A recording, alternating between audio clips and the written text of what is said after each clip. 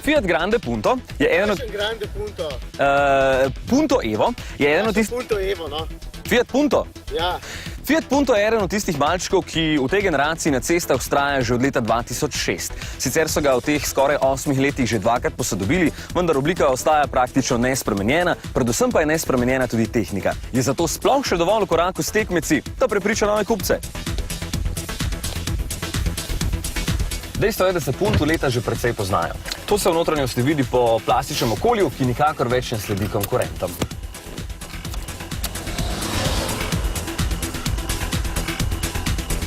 Zasloni so največ dvovrstični in tudi potovalni računalnik je enosmeren. No, tukaj ga recimo sploh ni. Tudi sicer se lepo vidi napredek dan danes v avtomobilih, ker tukaj sedim nekoliko slabše kot v najnovejših predstavnikih. Da bi lažje ostal v koraku s tekmeci, tale kupce privablja še s pogonom na plin, poleg bencina seveda. 1,4-litrski bencinski motor je precej šibak, saj proizvede samo 57 kW in ga je treba ves čas priganjati, pa še pri 130 km/h se vrti s 3600 vrtljaje, kar pomeni, da je precej glasen.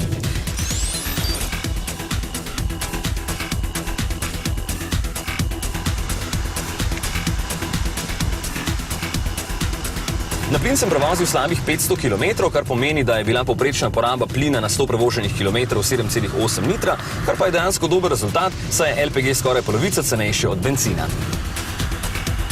Poleg pogona na plin Punto vabi tudi z ugodno ceno. Takšnega na primer dobite že za 11 tisočakov, saj vam pri Fiatu ponudijo 3000 evrov popusta.